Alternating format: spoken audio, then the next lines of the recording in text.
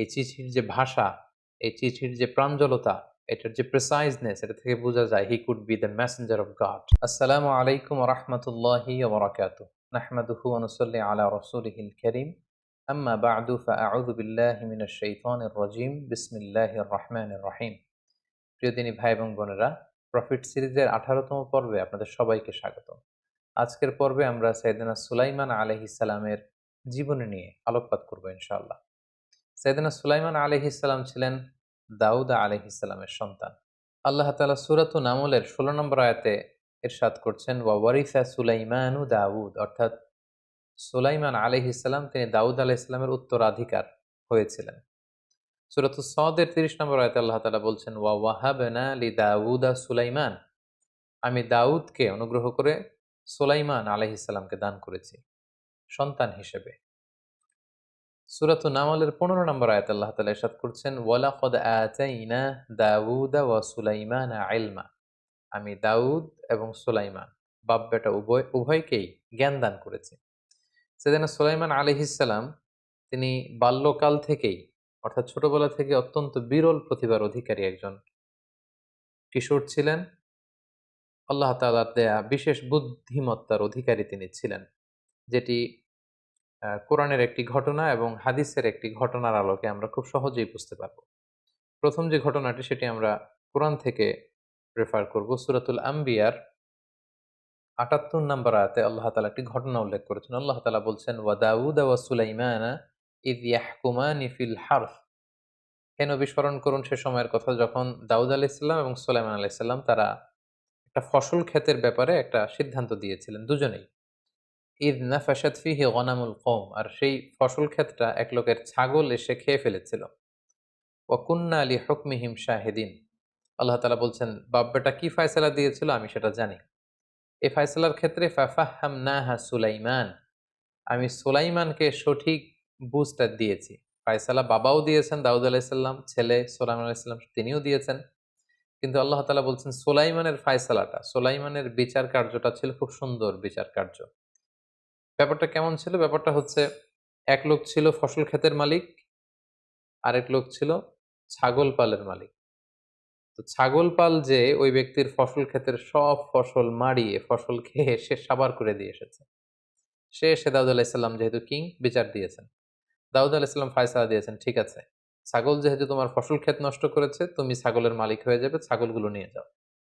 তো বেচারা খুশি হয়ে ছাগল নিয়ে যখন ফিরছিল, তখন পথিমধ্যে দাউদ আলাইহিস সালামের সন্তান সুলাইমান আলাইহিস সালামের সাথে দেখা। সুলাইমান আলাইহিস সালাম বললেন, কি ঘটনা? তারা খুলে বলল, এমন ঘটনা। আব্বা কি ফয়সালা দিয়েছে? এমন ফয়সালা দিয়েছে। তখন সুলাইমান আলাইহিস সালাম বললেন, আসলে আমি যদি ফয়সালা দিতাম তাহলে ভিন্নভাবে দিতাম। বাবার কাছে যেয়ে বললেন, বাবা আপনি ফয়সালা দিয়েছেন একরকম, আমি দিতাম অন্যরকম। দাউদ আলাইহিস সালাম বললেন, কি ফয়সালা দিতে তুমি শুনি? সুলাইমান আলাইহিস সালাম বললেন, যেহেতু ছাগল যে ফসল নষ্ট করেছে, ফসলের মালিক ছাগলগুলো নিয়ে যাবে, নিয়ে সে ছাগলগুলোর দুধ দোহন করে খাবে, ছাগলের পশম থেকে উপকৃত হবে। আর ছাগল পালের মালিককে কিছুদিনের জন্য ফসল ক্ষেত অর্পণ করা হবে। সে ফসল ক্ষেতে চাষাবাদ করে ফসলকে আবার সুন্দরভাবে, ছাগল সেই ফসল ক্ষেত নষ্ট করার আগে ফসল ক্ষেতের যে অবস্থা ছিল, সে ফসল ক্ষেতকে যখন ওইভাবে সাজিয়ে গুছিয়ে পরিচর্যা করে ফসলগুলোকে বড় করে দিতে পারবে, ঠিক তখন ছাগলের মালিক তার ছাগল নিয়ে যাবে, আর ফসল ক্ষেতের মালিক তার ফসল ক্ষেত নিয়ে যাবে। সাইয়েদনা দাউদ আলাইহিস সালাম বললেন, চমৎকার তো, তোমার বিচারের রায়টি ঠিক আছে, আমি আমার রায়টিকে উইথড্র করলাম। বরং সুলাইমান, তুমি যে বিচারের রায় দিয়েছো, তোমার বিচারটাই কার্যকর করা হলো। সুবহানাল্লাহি ওয়া বিহামদিহি। এই আয়াতের তাফসিরে কুরতুবীতে এবং ইবনে কাসিরে এই ঘটনাটি উল্লেখ হয়েছে। তাহলে এই ছোট্ট কিশোর সুলাইমান আলাইহিস সালাম তিনি কত চমৎকারভাবে এই বিচারের রায়টি দিলেন, এতে করে উভয়ই খুশি। ছাগলের মালিক তিনিও খুশি যে তার আর ছাগল হারানো লাগলো না, ফসল ক্ষেতকে ঠিক করে দিলেই হচ্ছে। এবং ফসলের ক্ষেতের মালিক সে খুশি, কারণ সে কিছুদিনের জন্য ছাগলের দুধ দহন করা, এটার পশম থেকে উপকৃত হতে পারছে। উভয় পক্ষ খুশি হলো। আরেকটি ঘটনার উল্লেখ হয়েছে সহিহ বুখারীতে ৬৭৬৯ নম্বর হাদিসে। সেখানে সাইয়েদনা আবু হুরায়রা রাদিয়াল্লাহু তাআলা আনহু তিনি বর্ণনা করেন যে একবার দাউদ আলাইহিস সালামের কাছে দুজন মা আসলেন একটি সন্তানকে নিয়ে। এসে দুজনই দাবি করতে লাগলেন এটা আমার সন্তান। দাউদ আলাইহিস সালাম জিজ্ঞেস করলেন, "কি হয়েছে?" তারা বলল যে, "আমাদের দুজনেরই সন্তান ছিল। তারও একটা ছেলে সন্তান ছিল, আমারও একটা ছেলে সন্তান ছিল। এবং খুবই ছোট্ট সন্তান, দুগ্ধপোষ্য। হঠাৎ আমরা একসাথে ছিলাম। একটা নেকড়ে এসে আমাদের একজন সন্তানকে এই নেকড়ে বাঘ নিয়ে গিয়েছে। ফলে যেই বাচ্চাটা অবশিষ্ট রয়েছে, দুজন মাই দাবি করতে লাগলো এটা আমার সন্তান। একজন মহিলা ছিল বয়সে বড়, আরেকজন ছিল ছোট। বয়স্ক মহিলাটা বলে, "এটা আমার সন্তান। তোমার সন্তানকে বাঘে খেয়েছে।" আর অপেক্ষাকৃত অল্প বয়স্ক নারী সেও দাবি করতে লাগলো, "না, এটা আমার সন্তান, আমার নিজের সন্তান। নেকড়ে যে সন্তানকে নিয়ে গেছে এটা তোমার সন্তান।" এই ঝগড়া সাইয়েদনা দাউদ আলাইহিস সালামের কাছ পর্যন্ত পৌঁছালো। দাউদ আলাইহিস সালাম বিস্তারিত তাদের কথা শুনে বয়স্ক মহিলার পক্ষে রায় দিলেন। বললেন যে, "এই সন্তানটা সে পাবে যে নারীটা বয়স্ক।" এই বিচার কার্য শেষ। তারা যখন বেরিয়ে আসছে, সাইয়েদনা সুলাইমান আলাইহিস সালাম জিজ্ঞেস করলেন, "আমার পিতা কি রায় দিয়েছে?" তারা বলল যে, "এরকম রায় দিয়েছে।" সুলাইমান আলাইহিস সালাম বললেন যে, "আমি এটার নতুন করে একটা ফায়সালা দিতে চাই। আমি যদি বিচার করতাম অন্যভাবে করতাম।" কিভাবে? তিনি বলতেন, "মা যেহেতু ২ জন, সন্তান যেহেতু ১ জন, একটা ছুরি নিয়ে আসো। আমি সন্তানের ঠিক পেট বরাবর তাকে কেটে দ্বিখণ্ডিত করে অর্ধেক অংশ এই মহিলাকে দিব, অর্ধেক অংশ ওই মহিলাকে দিব।" এবং সুলাইমান আলাইহিস সালামের কথা অনুযায়ী বড় ছুরি নিয়ে আসা হলো। তিনি যখন বাচ্চাটাকে ২ ভাগ করতে যাবেন, ঠিক তখনই অপেক্ষাকৃত যে মেয়েটার বয়স কম, তিনি চিৎকার দিয়ে উঠলেন। তিনি বললেন, "না, না, এই সন্তানকে আপনি কাটবেন না। আমি মিথ্যা বলেছি। এটা আমার সন্তান না। এটা ওই বয়স্ক মহিলার সন্তান। আপনি তাকেই দিয়ে দেন।" সুলাইমান আলাইহিস সালাম বললেন, "না, আমার ফায়সালা হচ্ছে এই সন্তান তোমার। বয়স্ক মহিলা মিথ্যা বলছে।" সুবহানাল্লাহ বিহামদি। তো দাউদ আলাইহিস সালাম জিজ্ঞেস করলেন, "কিভাবে এই ফায়সালা তুমি দিলে?" সুলাইমান আলাইহিস সালাম বললেন, "কোন মা তিনি কখনো চাইবেন না যে তার সন্তানকে হত্যা করা হোক। বরং তিনি এটা চাইবেন যে আমার সন্তান প্রয়োজনে অন্যের কাছে বড় হোক। অন্যের কাছে লালিত পালিত হয়ে সে তার জীবনটাকে পাক। তার জীবনটা যেন নষ্ট না হয়।" সো আমি যখন ছোট সন্তানকে করাত দিয়ে কাটতে চাচ্ছিলাম, বয়স্ক মহিলাটি টু শব্দটি করছে না। কিন্তু অল্প বয়স্ক নারীটি সে চিৎকার দিয়ে বলেছে যে, "আমাকে দেয়া লাগবে না। আমি মিথ্যা বলেছি। বরং এই সন্তানটি তাকেই দিয়ে দেয়া হোক।" এভাবেই আমি বুঝতে পেরেছি সন্তানটি এই মহিলার নয়, বরং অল্প বয়স্কা মহিলার। সাইয়েদনা দাউদ আলাইহিস সালাম খুশি হলেন এবং এভাবেই রায় দেয়া হলো। সম্মানিত সুধী, তাহলে দেখুন কোরআনের একটি ঘটনা এবং সহিহ বুখারীর আরেকটি ঘটনা থেকে আমরা বুঝতে পারি যে ছোটবেলা থেকেই আল্লাহর নবী সুলাইমান আলাইহিস সালাম কতটা বুদ্ধিমত্তার অধিকারী ছিলেন। সাইয়েদনা সুলাইমান আলাইহিস সালামকে আল্লাহ তাআলা বিশেষ কিছু নেয়ামত দান করেছেন যেগুলো অন্য নবীদেরকে দেয়া হয়নি। এগুলো ছিল স্পেশাল ব্লেসিংস টু সুলাইমান আলাইহিস সালাম। কারণ সাইয়েদনা সুলাইমান আলাইহিস সালাম আল্লাহ তাআলার কাছে এটা চেয়ে নিয়েছিলেন। এই বিশাল সাম্রাজ্য, এই বিশাল ক্ষমতা তিনি আল্লাহ তাআলার কাছে দোয়া করে চেয়ে নিয়েছিলেন। তিনি দোয়া করেছিলেন, "ক্বালা রাব্বিগফিরলি ওয়াহাবলি", হে আল্লাহ আপনি আমাকে ক্ষমা করুন আর আমাকে ওয়াহাবলি মুলকান লা ইয়ানবাগি লিআহাদিন মিন বা'দি, আমাকে এমন সাম্রাজ্য, এমন কিংডম, এমন রাজত্ব দান করুন যেটা আমার পরে আর কাউকে দেয়া হবে না। আল্লাহ তাআলা এই দোয়া কবুল করেছেন। আল্লাহ তাআলা যে সমস্ত বিশেষ অনুগ্রহ বা নেয়ামত দিয়ে সাইয়েদনা সুলাইমান আলাইহিস সালামকে ধন্য করেছিলেন, তার মধ্যে ১ম নেয়ামতটি ছিল আল্লাহ তাআলা বাতাসকে সুলাইমান আলাইহিস সালামের অনুগত করে দিয়েছিলেন। তিনি যেদিকে চাইতেন আল্লাহ তাআলার আদেশে বাতাস ওই দিকে প্রবাহিত হতো। সূরাতুল আম্বিয়ার ৮১ নম্বর আয়াতে আল্লাহ তাআলা ইরশাদ করছেন, "ওয়ালি সুলাইমান আর-রিহা আসিফাতান তাজরি বিআমরি", আমি ঝঞ্ঝা বিক্ষুব্ধ বাতাসকে সুলাইমানের জন্য অনুগত করে দিয়েছি, আর এই বাতাস তার আদেশে প্রবাহিত হতো।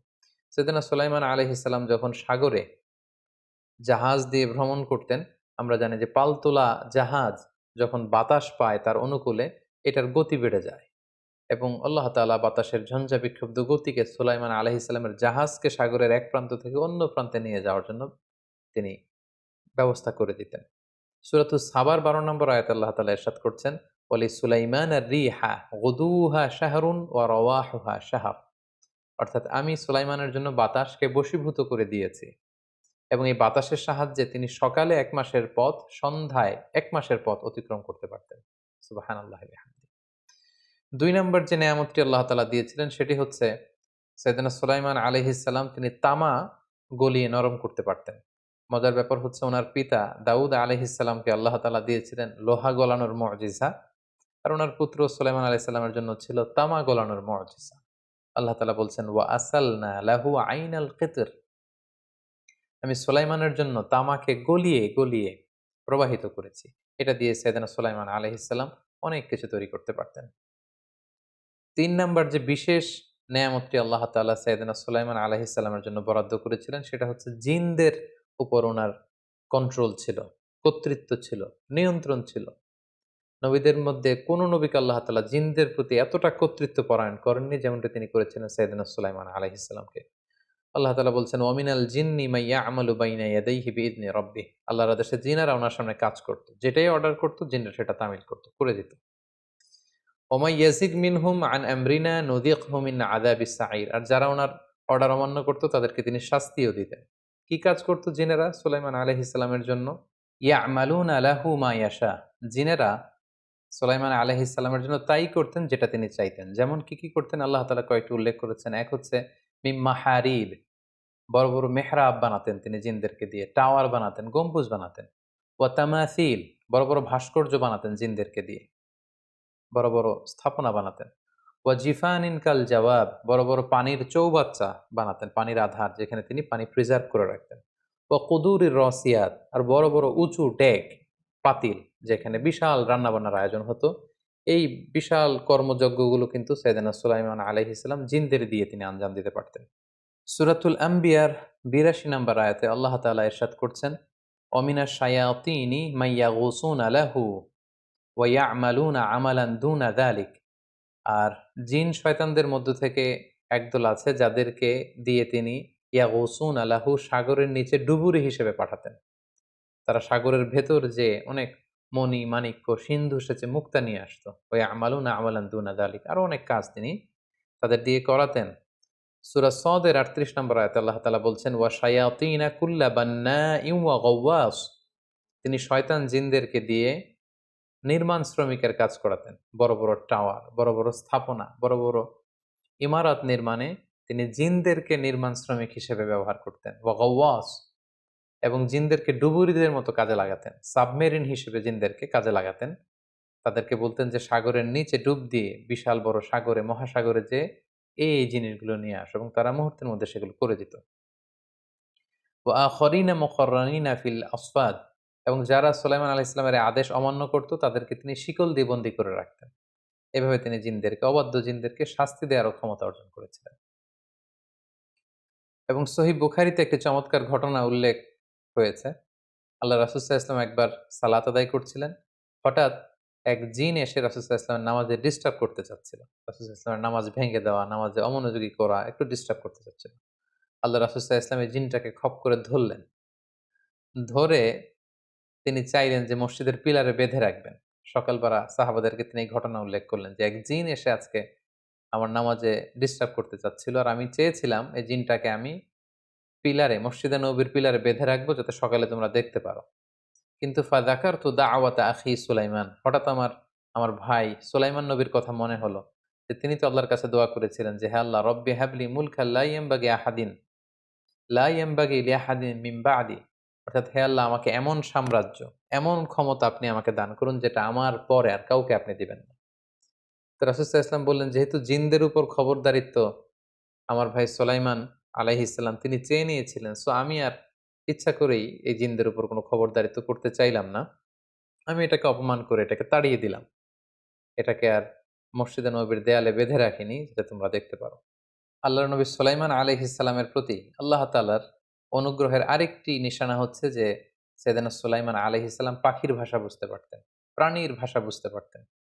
সূরা নামলের ১৬ নম্বর আয়াতে আল্লাহ তাআলা বলছেন, সুলাইমান আলাইহিস সালাম সেখানে বলছিলেন যে, "উল্লিমনা মানতিকাত তায়র।" আল্লাহ তাআলা আমাকে পাখির ভাষা শিক্ষা দিয়েছেন। ওয়া উতিনা মিন কুল্লি শাই, সব বিষয়ে অনুগ্রহ আল্লাহ তাআলা আমাকে দান করেছেন। ইন্না হাযা লাহুয়াল ফাদলুল মুবিন। নিশ্চয়ই এটা আল্লাহ তাআলার পক্ষ থেকে অনেক বড় অনুগ্রহ। শুধু যে পাখির ভাষাই বুঝতেন এমন না, ছোট্ট পিপীলিকা, পিঁপড়া, এটার ভাষাও তিনি বুঝতে পারতেন। সূরাত হুদে আল্লাহ তাআলা ইরশাদ করছেন যেখানে সুলাইমান আলাইহিস সালামের বিশাল বাহিনী দেখে, ব্যাটালিয়ন দেখে, পিঁপড়ার বাসার ভেতর থেকে পিঁপড়া বের হয়ে কি মন্তব্য করেছিল সেটা দেখে বা শুনে সাইয়েদনা সুলাইমান আলাইহিস সালাম হেসে কি বলেছিলেন এর বিস্তর বর্ণনা সেখানে আছে। সাইয়েদনা সুলাইমান আলাইহিস সালামের একটি বিশেষ পাখি ছিল। এটির কথা আল্লাহ তাআলা কোরআনে উল্লেখ করেছেন যে পাখিটির নাম ছিল হুদহুদ। আমরা অনেকেই এই পাখিটির নাম শুনে থাকি। ছোট্ট আকৃতির এই পাখি এবং এই পাখিটির একটি বিশেষ বৈশিষ্ট্য ছিল, সুলাইমান আলাইহিস সালাম যখন কোনো ভিজিট করতেন, কোনো এলাকা সফরে যেতেন, পাখিটাও সাথে, সাথে যেত। এবং ওই এলাকায় যেহেতু মিষ্টি পানির, মিঠা পানির সংকট ছিল, এই পাখিটি আকাশের উপরে অনেক উপর থেকে ভূগর্ভস্থের কোন জায়গায় মিঠা পানি রয়েছে, ভূগর্ভের সে পানির অবস্থান কোথায় আছে, এই তথ্য তিনি সাইয়েদনা সুলাইমান আলাইহিস সালামকে জানিয়ে দিতেন। তো একদিন সুলাইমান আলাইহিস সালাম কোনো একটা ভিজিটে যাচ্ছিলেন, তখন তিনি হুদহুদ পাখিকে খুঁজে পাচ্ছিলেন না। সূরা নামালে এই ব্যাপারে বিস্তারিত আলোচনা হয়েছে। আল্লাহ তাআলা বলছেন, "ওয়া তাফাক্কাদা আত-তায়রা ফাকালা মা লি লা আরাল হুদহুদ।" সুলাইমান আলাইহিস সালাম বললেন, "কিরে আমার হুদহুদ পাখিটা কোথায়? ওকে দেখছি না। আজকে কেন সে অনুপস্থিত? যদি আমাকে কনভিন্স করতে না পারে আমি তাকে কঠিন শাস্তি দেব।" তখন হুদহুদ পাখি এসে বলল যে, "আমি সাবা রাজ্য, পাশেই একটা আ রাজ্য ছিল, অর্থাৎ শাম এবং ইরাকের সাম্রাজ্যের পাশে আরেকটা সাম্রাজ্য ছিল, যে রাজ্যটাকে সাবা রাজ্য বলা হতো।" হুদহুদ পাখি এসে বলল, "ওয়াজি'তুকা মিন সাবাইন বিনাবাইন ইয়াকিন।" আমি তো বিশাল একটা গ্রেট নিউজ নিয়ে সাবা রাজ্য থেকে এসেছি, যেই রাজ্যের রানীর নাম হচ্ছে বিলকিস, এবং এই বিলকিস হচ্ছে সেই সাবা রাজ্যের সম্রাজ্ঞী।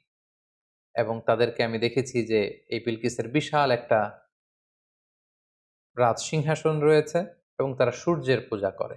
এক আল্লাহর ইবাদত বাদ দিয়ে সূর্যের পূজা করে। এই তথ্যগুলো সরবরাহ করতে যেয়েই মূলত আমার দেরি হয়েছে। আপনি রাগ করবেন না। তখন সুলাইমান আলাইহিস সালাম কনভিন্সড হলেন, এবং তিনি একটি চিঠি লিখে পাঠালেন যে, "যাও, আমাকে আল্লাহ তাআলা রাজত্বও দিয়েছেন, আমাকে আল্লাহ তাআলা নবুয়তও দিয়েছেন। তিনি জিন জাতিকে বশীভূত রাখার শক্তি আমাকে দিয়েছেন। তিনি পাখির ভাষা বোঝার, প্রাণীর ভাষা বোঝার ক্ষমতা তিনি আমাকে দিয়েছেন। তিনি আমার জন্য তামার নদী বানিয়ে দিয়েছেন। তিনি আমার জন্য অনেক নেয়ামত তিনি দান করেছেন। সো আমার রাজ্যের পাশে এরকম একটা শিরকের রাজ্য থাকবে যেখানে তারা সূর্যের পূজা করবে, এটা তো হতে পারে না।" তিনি চিঠি লিখে পাঠালেন যে, "ইন্নাহু মিন সুলাইমান ওয়া ইন্নাহু বিসমিল্লাহির রহমানির রহিম। আল্লা তাআলু আলাইয়া ওয়া আতুনি মুসলিমিন।" যে যাও, এই চিঠি বিলকিসের, সাবা রাজ্যের যে রানী বিলকিসের কাছে পৌঁছে দাও। বিলকিস সেই চিঠি পাওয়ার পরে কি, কি ঘটনা ঘটেছে সূরাতুন নামলে আল্লাহ তাআলা বিস্তারিত বলেছেন। এখানে সংক্ষিপ্ত কথা হচ্ছে, চিঠি পাওয়ার পরে বিলকিস তিনি সভাসদবর্গ যারা আছে, উনার ওযির, উনার যে মন্ত্রী পরিষদ, তাদের সবাইকে নিয়ে বসলেন। বিলকিস পরামর্শ করলেন এবং এই সিদ্ধান্তে উপনীত হলেন যে না, এই চিঠির যে ভাষা, এই চিঠির যে প্রাঞ্জলতা, এটার যে প্রিসাইজনেস, এটা থেকে বোঝা যায় he could be the Messenger of god. তিনি আল্লাহর নবী না হয়ে পারেন না। এবং উনাকে এতটা কনফিডেন্ট মনে হচ্ছে, শক্তিশালী মনে হচ্ছে, খোঁজখবর নিয়ে তারা জানতে পারলেন যে উনার বিরুদ্ধে লড়াই করে আমরা আসলে খুব বেশি কিছু করতে পারব না। বরং আমরা অপমানিত হব, আমরা পরাজিত হব। সো বেটার হচ্ছে অনুগত হয়ে সাবমিসিভনেস এর সাথে মুসলিম হয়ে উনার কাছে উপস্থিত হওয়া। এবং আল্লাহ তাআলার মেহেরবানিতে বিলকিস সহ পুরো সভাসদবর্গ তারা সুলাইমান আলাইহিস সালামের কাছে আত্মসমর্পণ করে, আনুগত্য প্রকাশ করে, এবং কালিমা পড়ে তারা মুসলমান হয়ে যায়। সাইয়েদনা সুলাইমান আলাইহিস সালাম ওনার মৃত্যুর ঘটনা এবং বাইতুল মুকাদ্দাস নির্মাণের ঘটনাটা একেবারে ওতপ্রোতভাবে জড়িত। এ ব্যাপারেও সূরা সাবায় আল্লাহ তাআলা উল্লেখ করেছেন। এবং জেনে রাখা ভালো যে সাইয়েদনা সুলাইমান আলাইহিস সালাম উনি কিন্তু বাইতুল মুকাদ্দাসকে পুনর্নির্মাণ করেছেন। আমরা, আপনাদের মনে থাকবে আমাদের সাইয়েদনা আ ইয়াকুব আলাইহিস সালামের পর্বে, বিশেষ করে ইসহাক আলাইহিস সালামের পর্বে আমরা কিন্তু এগুলো উল্লেখ করেছি যে উনারা কিভাবে বাইতুল মুকাদ্দাসকে নির্মাণ করেছিলেন, এবং সবশেষে সুলাইমান আলাইহিস সালাম নবীদের মধ্য থেকে কিন্তু এই বাইতুল মুকাদ্দাসকে পুনর্নির্মাণ করার, রিবিল্ড করার কিন্তু এই সুযোগ তিনি লাভ করেছিলেন। এবং সেখানেই আল্লাহ নবী সুলাইমান আলাইহিস সালাম ইন্তেকাল করেছিলেন। এ ব্যাপারে আল্লাহ তাআলা সূরা সাবাতে ইরশাদ করছেন, "ফালাম্মা কাদাইনা আলাইহিল মাউতা মা দাল্লাহুম আলা মাউতিহি ইল্লা দাব্বাতুল আরদি তাকুলু মিন সাআতাহ।" ঘটনাটা ছিল এমন, তিনি যখন বাইতুল মুকাদ্দাস নির্মাণ করার প্ল্যান করলেন, তিনি জিনদেরকে অর্ডার করলেন যে, "হে জিন জাতিরা, তোমরা বাইতুল মুকাদ্দাসকে এই ডিজাইনে, এই প্ল্যান অনুযায়ী নির্মাণ করতে শুরু করো।" কিন্তু অবাক করা কাণ্ড হচ্ছে, ঠিক সে মুহূর্তেই মালাকুল মাউত এসে হাজির, উনার মৃত্যু হবে। তখন তিনি মুহূর্তেই আদেশ করলেন যে, গ্লাস ফিটিং করা, কাঁচ দিয়ে নির্মিত একটা ছোট্ট ঘর বানাও। ঘর বানানো হলো। তিনি গ্লাস ফিটিং করা সেই ঘরের ভেতরে ঢুকলেন এবং একটি লাঠিতে ভর করে দাঁড়িয়ে রইলেন। এবং মালাকুল মাউতকে বললেন যে, "জি, এখন আপনি আমার রূহ কবজ করতে পারেন।" তো মালাকুল মাউত সুলাইমান আলাইহিস সালামের রূহ কবজ করে নিলেন। সুলাইমান আলাইহিস সালাম ইন্তেকাল করলেন, উনার রূহু দেহ থেকে বের হয়ে গেল। কিন্তু তিনি লাঠির উপর এমনভাবে ভর করে দাঁড়িয়েছিলেন, দূর থেকে জিনেরা মনে করল যে তিনি দাঁড়িয়ে, দাঁড়িয়ে তাদের কাজ অবলোকন করছেন। যেহেতু কাঁচ দিয়ে, স্বচ্ছ স্ফটিক কাঁচ দিয়ে গ্লাস ফিটিং করা একটা ঘরের ভেতরে তিনি ছিলেন। দূর থেকে জিনেরা মনে করছিল যে সুলাইমান আলাইহিস সালাম দাঁড়িয়ে, দাঁড়িয়ে তাদের কাজকে পর্যবেক্ষণ করছেন, পরিদর্শন করছেন। এভাবে তারা ভুল বুঝে কাজ করতে, করতে বায়তুল মুকাদ্দাস নির্মাণ যখন প্রায় শেষের দিকে, ঠিক সে সময়ে সাইয়েদনা সুলাইমান আলাইহিস সালাম যে লাঠির উপর ভর করে দাঁড়িয়েছিল, উইপোকা এসে সে লাঠিটা খেয়ে ফেলল। ঘুণে ধরে লাঠিটা যখন ভেঙে গেল, উনি মাটিতে লুটিয়ে পড়লেন। আল্লাহ তাআলা বলছেন, ফালাম্মা খররা, যখন তিনি উনার মৃতদেহটা লাশটা মাটিতে লুটিয়ে পড়ল, তাবায়্যানাতিল জিন, জিনদের কাছে এটা স্পষ্ট হলো যে আল্লাহ কানু ইয়ালামুনাল গায়বা মা লাবিসু ফিল আযাবিল মুহিন। অর্থাৎ আমরা যদি আগে জানতাম তাহলে তো এ কষ্ট করা লাগতো না। জিনেরা ভাবলো যে উনি তো তাহলে অনেক আগেই মারা গিয়েছে। আমাদের সাথে তিনি কৌশল করেছেন। এটা যদি আগে জানতাম তাহলে তো কষ্ট করে এই মসজিদ নির্মাণের কাজে আমাদেরকে আর কাজ করা লাগতো না। তো ঠিক এভাবেই সাইয়েদনা সুলাইমান আলাইহিস সালামের মৃত্যুর এই বিস্ময়কর ঘটনাটি ঘটে এবং এর মধ্য দিয়ে তিনি বাইতুল মুকাদ্দাসকে পুনর্নির্মাণ করার সুযোগটিও পেয়ে যান। সম্মানিত সুধী, এ পর্যায়ে আমরা সাইয়েদনা সুলাইমান আলাইহিস সালামের এই বর্ণাঢ্য জীবনী থেকে কি, কি জিনিস শিখতে পারি সেগুলো নিয়ে আলোচনা করব। লাইফ লেসনে ১ম এ আমরা যেটি উল্লেখ করব সেটি হচ্ছে উনিও কিন্তু সুলাইমান আলাইহিস সালামও কিন্তু উনার পিতা দাউদ আলাইহিস সালামের মতো কিংডম অ্যান্ড রেভেলেশন ২ টার মধ্যে সমন্বয় করেছিলেন। অর্থাৎ নবুয়ত এবং খেলাফত। এট দ্য সেম টাইম উনারা আল্লাহর নবী ছিলেন এবং এট দ্য সেম টাইম উনারা কিন্তু কিং ছিলেন।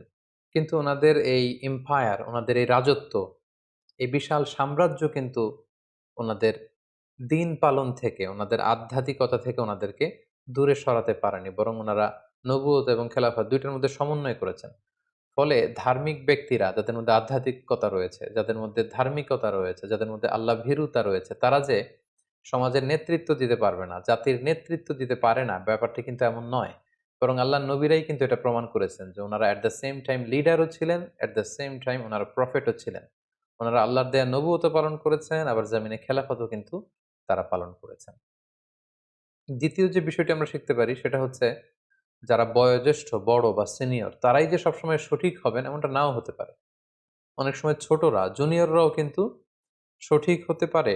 যেটি আমরা সাইয়েদনা সুলাইমান আলাইহিস সালাম এবং দাউদ আলাইহিস সালামের যে ২ টা বিচারের রায়, সেই রায়ের ক্ষেত্রে দেখেছি যে সেখানে সিনিয়র ছিলেন দাউদ আলাইহিস সালাম। উনি একটা রায় দিয়েছেন। অবশেষে ছোট্ট শিশু অথবা কিশোর সুলাইমান আলাইহিস সালাম যখন রায় দিয়েছেন, দাউদ আলাইহিস সালাম কিন্তু নিজের রায়কে রিভাইজ করে ওই রায়টাকে প্রাধান্য দিয়েছেন।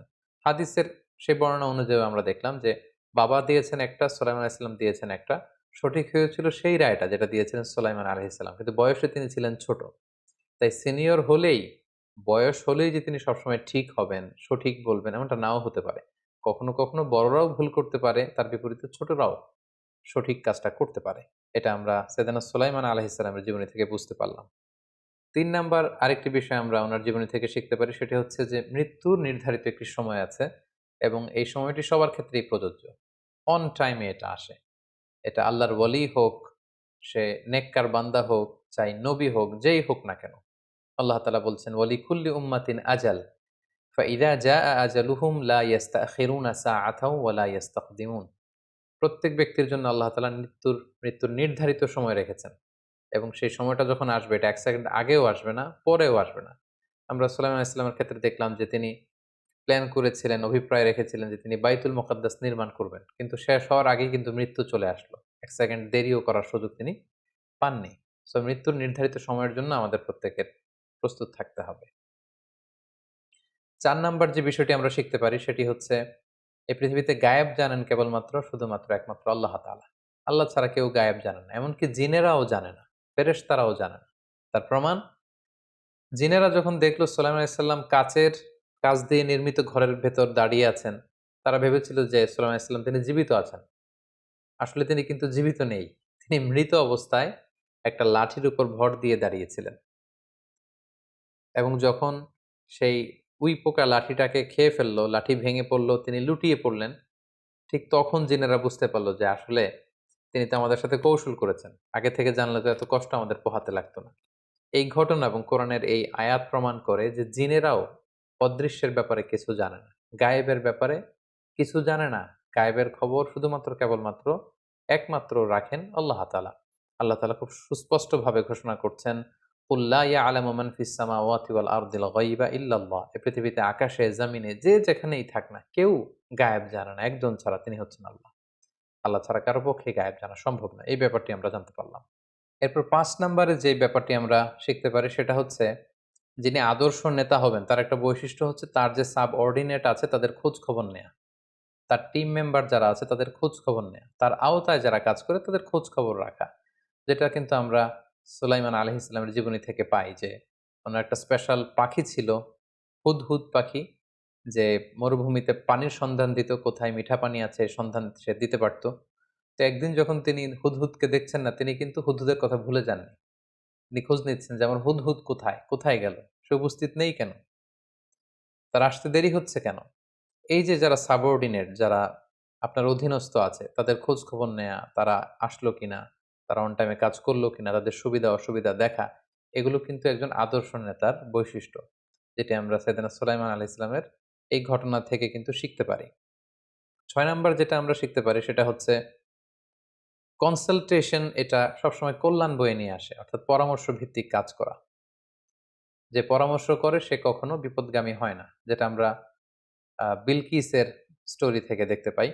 সুলাইমান আলাইহিস সালাম যখন উনাকে চিঠি লিখে পাঠালেন যে, "আমার আনুগত্য করো, মুসলিম হয়ে ফিরে আসো।" তিনি চাইলেই কিন্তু আ এই চিঠির বিপরীতে পাল্টা চিঠি লিখতে পারতেন, ঔদ্ধত্য প্রদর্শন করতে পারতেন। তিনি সেটা করেননি। তিনি সভাসদবর্গের সাথে, উনার লোকদের সাথে তিনি পরামর্শ করেছেন। এবং পরামর্শের ফলে বিচক্ষণ লোকেরা এই পরামর্শটাই দিয়েছে। এটাই বেরিয়ে এসেছে যে উনার বিরুদ্ধে আসলে লড়াই করে জয়লাভ করা এটা একেবারে অসম্ভব। বরং উনার কাছে আত্মসমর্পণ করে উনার সাথে মিউচুয়ালি চলে যাওয়াটাই হচ্ছে আমাদের জন্য ভালো সিদ্ধান্ত, এবং তিনি সেটাই নিয়েছেন। এবং এই সুন্দর সিদ্ধান্তে তিনি পৌঁছতে পেরেছেন কিন্তু শুধুমাত্র কনসালটেশন এর কারণে, শুরার কারণে। এবং ইসলামও কিন্তু আমাদেরকে শুরা ভিত্তিক কার্যক্রমের ব্যাপারে উৎসাহ প্রদান করে। আল্লাহ তাআলা সূরাতুশ শুরাতে ইরশাদ করছেন, "ওয়া আমরুহুম শুরা বাইনাহুম।" বিশ্বাসীদের বৈশিষ্ট্য হচ্ছে তারা কোনো ডিসিশন মেকিং প্রসেসে তারা একে অপরের সাথে পরামর্শ করে নেয়। কারণ যেখানেই পরামর্শ হবে সেখানে আল্লাহ তাআলা বরকত নাযিল করেন। এই ব্যাপারটি আমরা জানতে পারলাম। ৭ নাম্বার যে ব্যাপারটি আমরা শিখতে পারি সেটা হচ্ছে, আ যিনি ট্রু লিডার তার একটা বৈশিষ্ট্য হচ্ছে সবসময় তিনি কনফ্লিক্ট কে এড়িয়ে চলতে চাইবেন। তিনি সংঘর্ষে জড়াতে চাইবেন না। তিনি দ্বন্দ্বে জড়াতে চাইবেন না। তিনি সহজে যুদ্ধ বাজাতে চাইবেন না। বরং তিনি সবসময় একটা পিসফুল, হারমোনিয়াস একটা সলিউশন তিনি কিন্তু খুঁজবেন। এবং যেটা কিন্তু আমরা আ সুলাইমান আলাইহিস সালামের সাথে বিলকিসের যে ঘটনা, সেখানে বিলকিসের এই বুদ্ধিমত্তা কিন্তু আমরা দেখেছি। তিনি যুদ্ধে জড়াতে চাননি। তিনি যুদ্ধ এড়িয়ে তিনি সন্ধি চুক্তি করতে সচেষ্ট হয়েছেন। এই ব্যাপারটা কিন্তু আমরা এখান থেকে শিখতে পারি। সবশেষে ৮ নম্বরে আমরা যেটা শিখতে পারি সেটা হচ্ছে কারো এফোর্ট কে ছোট করে দেখা ঠিক না। এটা যেই হোক। যে কারো এফোর্ট, সে যদি সিনসিয়ারলি কাজ করে তার এই এফোর্ট এর দ্বারা অনেক কিছু হতে পারে। যেমন হুদহুদ পাখির এই ছোট্ট এফোর্ট এর কারণে একটা বিশাল জনগোষ্ঠীর হেদায়েতের উপলক্ষ কিন্তু এই হুদহুদ পাখিটা হয়েছিল। সেই হুদহুদ পাখি সাবা রাজ্য ঘুরে এসে যখন রিপোর্টিং করল সুলাইমান আলাইহিস সালামের কাছে, সেদিন সুলাইমান আলাইহিস সালাম সেটার আলোকে তিনি চিঠি লিখে পাঠালেন। এবং এ কারণেই কিন্তু পুরো মালিক সাবা, মালিকাতু সাবা, সাবা রাজ্যের রানী বিলকিস সহ পুরো রাজ্যের জনগণ তারা সুলাইমান আলাইহিস সালামের কাছে আত্মসমর্পণ করে তারা সবাই একসাথে কালিমা পড়ে কিন্তু মুসলমান হয়ে গিয়েছিল। এবং এই বিশাল কাণ্ডটি ঘটেছিল, ঘটনাটি সম্ভব হয়েছিল শুধুমাত্র কেবলমাত্র হুদহুদ পাখির সেই ছোট্ট কাজটির কারণে, সেই সিনসিয়ারিটির কারণে, সেই রিপোর্টিং এর কারণে। তাই কোনো কিছুকেই কিন্তু আসলে ছোট করে, খাটো করে দেখা ঠিক না। এক ছোট্ট হুদহুদ পাখি একটা বিশাল জনগোষ্ঠীর হেদায়েতের কারণ হয়েছিল। তাই আমরা এই ছোট্ট, ছোট্ট ভালো কাজগুলোকে যেন আমাদের জীবনে গুরুত্ব দিতে শিখি। আল্লাহ তাআলা আমাদের সবাইকে কথাগুলো বোঝার, আমল করবার তৌফিক দান করুক। হাদা মা ইনদি ওয়াল ইলমু ইনদাল্লাহ আলাইহি তাওয়াক্কালতু ওয়া ইলাইহি উনীব। ওয়াসসালামু আলাইকুম ওয়া রাহমাতুল্লাহি ওয়া বারাকাতুহু।